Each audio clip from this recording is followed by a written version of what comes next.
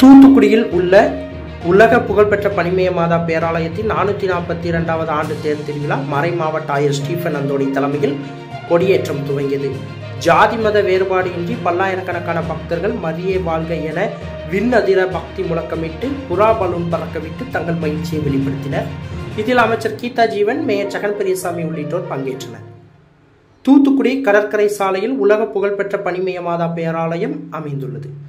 Rome நகரின் கத்தோலிக்க தலைமை பீடமான வாடிகன் சிட்டியால் பசிலிக்கா அந்தஸ்து பெற்றது. இந்த ஆலயத்தில் அமைந்துள்ள மாதா சொரூபம் கடந்த 469 ஆண்டுகளுக்கு முன்பு புனிதர் பிரான்சிஸ் சவேரியரால் பிலிப்பைன்ஸ் தலைநகர் மணிலாவில் இருந்து கப்பல் மூலம் கொண்டு வரப்பட்டது. வெகு சிறப்பு வாய்ந்த இந்த ஆலயத்தில் ஆண்டுதோறும் வெகு சிறப்பாக 10 நாள் திருவிழா நடைபெறும். அந்த வகையில் இந்த ஆண்டு 442ஆம் திருவிழா கொடியேற்றத்துடன் துவங்கியது. காலையில் கொடியேற்றத்திற்கு முன்பு கூட்டு திருப்பலி மறைமாவட்ட ஆயர் ஸ்டீபன் அந்தோணி, பனிமய மாதா பேராலய பங்கு தந்தை ஸ்டார்வின் ஆகியோர் தலைமையில் நடைபெற்றது. இதனைத் தொடர்ந்து பனிமய மாதா உருவம் பொறித்த கொடியை ஊர்வலமாக அருள் தந்தைகள் கொண்டு வந்து பேராலயம் எதிரே அமைந்துள்ள கொடிமரத்தில் மறை மாவட்ட ஆயர் ஸ்டீபன் தலைமையில் பங்கு தந்தைகள், பொதுமக்கள் ஆகியோர் இணைந்து கொடியை பிடித்து ஏற்றினர். அப்பொழுது அங்கு கூடியிருந்த பல்லாயிரக்கணக்கான பக்தர்கள் மரியே வாழ்க என விண் அதிர முழக்கமிட்டனர். மேலும் புறாக்கள் மற்றும் பலூன்களையும் பறக்கவிட்டு கைகளை தட்டி தங்கள் மகிழ்ச்சியை வெளிப்படுத்தினர்.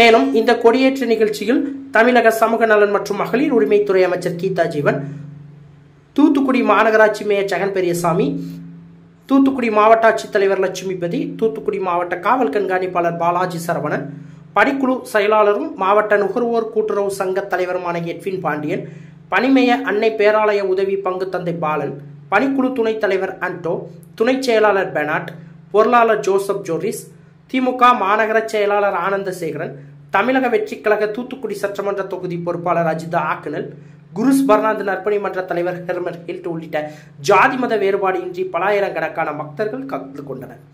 இன்று கொடியேற்றத்துடன் துவங்கி 10 நாட்கள் காலை மாலை சிறப்பு திருப்பலிகள் நடைபெறும். அதனைத் தொடர்ந்து வருகின்ற ஆகஸ்ட் 5ஆம் தேதி திருவிழாவின் முக்கிய நிகழ்வான அன்னையின் தேர் பவனி வெகு சிறப்பாக நடைபெற உள்ளது. இந்த திருவிழாவில் உள்ளூர் மட்டுமின்றி வெளி மாவட்டம் மற்றும் இலங்கை, சிங்கப்பூர், மலேசியா உள்ளிட்ட வெளிநாடுகள் என 5 லட்சத்திற்கும் மேற்பட்ட மக்கள் கலந்து கொள்வார்கள் என எதிர்பார்க்கப்படுகின்றது. மேலும் ஆகஸ்ட் 5ஆம் தேதி தூத்துக்குடி மாவட்டத்திற்கு உள்ளூர் விடுமுறை அளிக்கப்பட்டுள்ளது. திருவிழாவின் பாதுகாப்புக்காக தூத்துக்குடி நகர் பகுதிகளில் 900 போலீசார் மாவட்ட காவல் கண்காணிப்பாளர் பாலாஜி சரவணன் தலைமையில் பாதுகாப்பு பணியில் ஈடுபட்டுள்ளனர். நாடிதுவே அக்களிப்போம் என்றும் அகமகிழ்வோம் என்று விவிலியம் கூறுகிறது. இந்த அருமையான நாளிலே இயேசுவின் நாமத்திலும் இன்றைக்கு நாம் கொடியேற்றி விழா எடுக்கின்ற தூய தஸ்னேவிஸ் மாதாவின் 424வது ஆண்டின் பெருவிழாவிலும் உங்கள் அனைவரையும் அன்போடு வாழ்த்துகிறேன். தூத்துக்குடி மாநகரமே மகிழ்ச்சி அடைகிறது. அனைத்து மாநகரத்தின் பெரிய அதிகாரிகள் எல்லாரும் இங்கே வந்திருக்கின்றார்கள். திருச்சபையை சார்ந்த அதிகாரிகள் எல்லாரும், தந்தையர்கள், துறவிகள் எல்லாரும் இங்கே வந்து ஒன்றாக கூடி இந்த திருவிழாவை மிக சீரும் சிறப்புமாக கொண்டாடி கொண்டிருக்கிறார்கள். இந்த நேரத்தில் எங்கள் அன்புக்கும் பாசத்திற்கும் வணக்கத்திற்கும் உரிய மாண்புமிகு அமைச்சர் கீதா ஜீவன் அவர்களே, வணக்கத்திற்கும் போற்றுதற்கும் உரிய மாவட்ட ஆட்சித்தலைவர் திரு லட்சுமிபதி அவர்களே, மாவட்ட கண்காணிப்பாளர் திரு பாலாஜி சரவணன் அவர்களே, மாநகரத்தின் தந்தை திரு ஜெகன் அவர்களே, துணை ஆட்சியாளர் பிரபு அவர்களே, உதவி காவலின் கண்காணிப்பாளர் கேல்கர் சுப்பிரமணியன் அவர்களே, பால் சந்திரா அவர்களே மற்றும் உயர் அதிகாரிகளே, இங்கு வந்திருக்கும் அருமை நண்பர்களே, உங்கள் அனைவருக்கும் வாழ்த்தையும் வணக்கத்தையும் அன்னையின் ஆசீரையும் கூறிக்கொள்ளுகிறேன். நம் மாநகரத்தை பாதுகாத்து கொண்டிருப்பவர், அரவணைத்து கொண்டிருப்பவர், வழிநடத்துபவர் நம் தாய் தஸ்னேவிஸ் மரியா என்றால் அது மிகையாகாது. ஆண்டுக்கு ஒரு முறை இவருடைய விழாவை எடுக்கின்றோம். லட்சக்கணக்கான மக்கள் வந்து ஆண்டவருடைய அருளையும் அன்னையின் வேண்டுதலால் நிறைய ஆசிரையும் பெற்று செல்லுகிறார்கள். அவர்கள் அனைவரையும் வாழ்த்துகிறோம். இந்த அன்னை நம் அனைவரையும் ஒன்றுபடுத்துகிறார். இந்த அன்னை இந்த நாட்களில், திருவிழா நாட்களில் அனைத்து மக்களையும் ஏறெடுத்து பார்க்கிறார். இவருடைய திருமுக தரிசனத்தை கண்டுகளிக்க எல்லோரும் ஆவலாக இருக்கின்றார்கள். அனைவருக்கும் தன்னுடைய ஆசிரையும் அன்பையும் அளித்து தன் திருமகன் இயேசுவிடம் கொண்டு வருவதற்காக ஒவ்வொரு நாளும் நமக்காக ஜெபித்துக் கொண்டிருப்பவர் இந்த அன்னை மரியாள். இந்த நகரத்தையும் இந்த மாகாணத்தையும் நல்ல விதமாக நடத்தி கொண்டிருக்கின்ற அரசாங்க அலுவலர்களையும் நாம் வாழ்த்தி வணங்குகிறோம். இந்த நாளில் சிறப்பு நிகழ்ச்சிகள் நடைபெறுகின்றன, மறையுரைகள் நடைபெறுகின்றன, இறைவனுடைய வார்த்தை உடைக்கப்படுகின்றது. அது மக்களுடைய மனங்களிலும் உள்ளங்களிலும் ஊடுருவி செல்லுகிறது. இயேசுவின் விழுமியங்களான அன்பு, இரக்கம், கருணை, பரிவு, அமைதி இவைகளை அன்னை மரியாள் நமக்கு கொடுத்து கொண்டிருக்கிறார்கள். எனவே இங்கு வந்திருக்கும் அனைத்து அரசாங்க அதிகாரிகளையும் இறைவன் ஆசீர்வதிக்க வேண்டும் என்றும், திருச்சபையை சார்ந்த அதிகாரிகள் அனைவரும் அவர்களுக்கு ஒத்துழைப்பு நல்கிறார்கள் என்பதையும் கூறிக்கொள்ள விரும்புகிறேன். அன்னையின் ஆசீர் இவர்களுக்கு தொடர்ந்து இருக்கும் என்று நம்புகிறேன். இங்கு வந்திருப்பவர்கள் புன்முறுவதோடு, புதுமுகத்தோடு, முக மலர்ச்சியோடு வீடு திரும்பி செல்ல வேண்டும் என்று ஆசைப்படுகிறேன். எந்தெந்த கவலைகளோடும் உடைந்த உள்ளங்களோடும் மன கிளேசங்களோடும் இங்கே வந்திருக்கிறார்கள். அவர்களுடைய கஷ்டங்களையும் துன்பங்களையும் நீக்குவதற்காகத்தான் இந்த அன்னை இங்கே ஆவலோடு காத்திருக்கின்றாள். வந்திருக்கின்ற அனைவரையும் காக்கின்ற அந்த அன்னை எல்லாரையும் ஆசீர்வதிக்க வேண்டும் என்று வேண்டி, வருகின்ற ஞாயிற்றுக்கிழமையும் மிகவும் முக்கியமாக 4ஆம் தேதி 5ஆம் தேதி அன்னையினுடைய விழா மிகவும் சிறப்பாக கொண்டாடப்படுகின்றது. 4ஆம் தேதி மாலை ஆராதனை இருக்கும். அதைத் தொடர்ந்து காலையில் 5 மணிக்கும் 7 மணிக்கும் திருப்பலியும் மற்ற மறை நிகழ்ச்சிகளும் நடைபெறும். அவர்களையும் அந்த நிகழ்ச்சிகளுக்கு வருகின்ற எல்லோரையும் இறைவன் ஆசீர்வதிக்க வேண்டும் என்று வேண்டுகிறேன். மேலும் இந்த திருவிழாவிற்கு எல்லா ஏற்பாடுகளையும் செய்து கொண்டிருக்கின்ற அனைத்து நண்பர்களையும் ஆசீர்வதிக்கின்றேன்.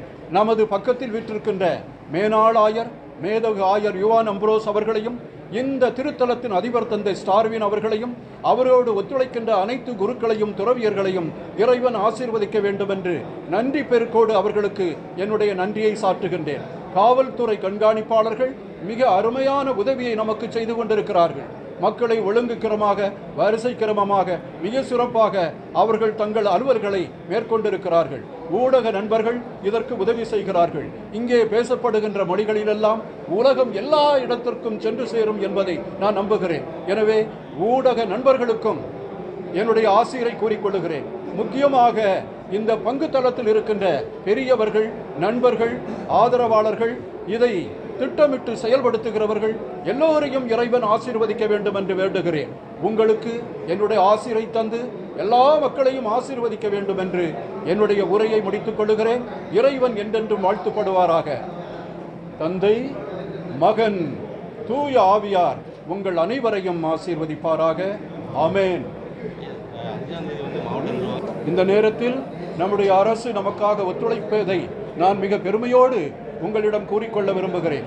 இன்று காலையில் குழந்தைகள் எல்லோரும் இந்த திருப்பலியில் வந்திருப்பதை பார்த்து மகிழ்ச்சி அடைந்தேன். அவர்கள் இங்கே வந்துவிட்டு மறுபடியும் பள்ளிக்கு செல்ல வேண்டுமே என்று நான் மிகுந்த ஆதங்கத்தோடு இருந்தேன். ஆனால் இப்பொழுதுதான் தெரிகிறது, தூத்துக்குடி மாநகரத்திற்கு இன்றைக்கு விடுமுறை அளித்திருக்கிறார்கள்.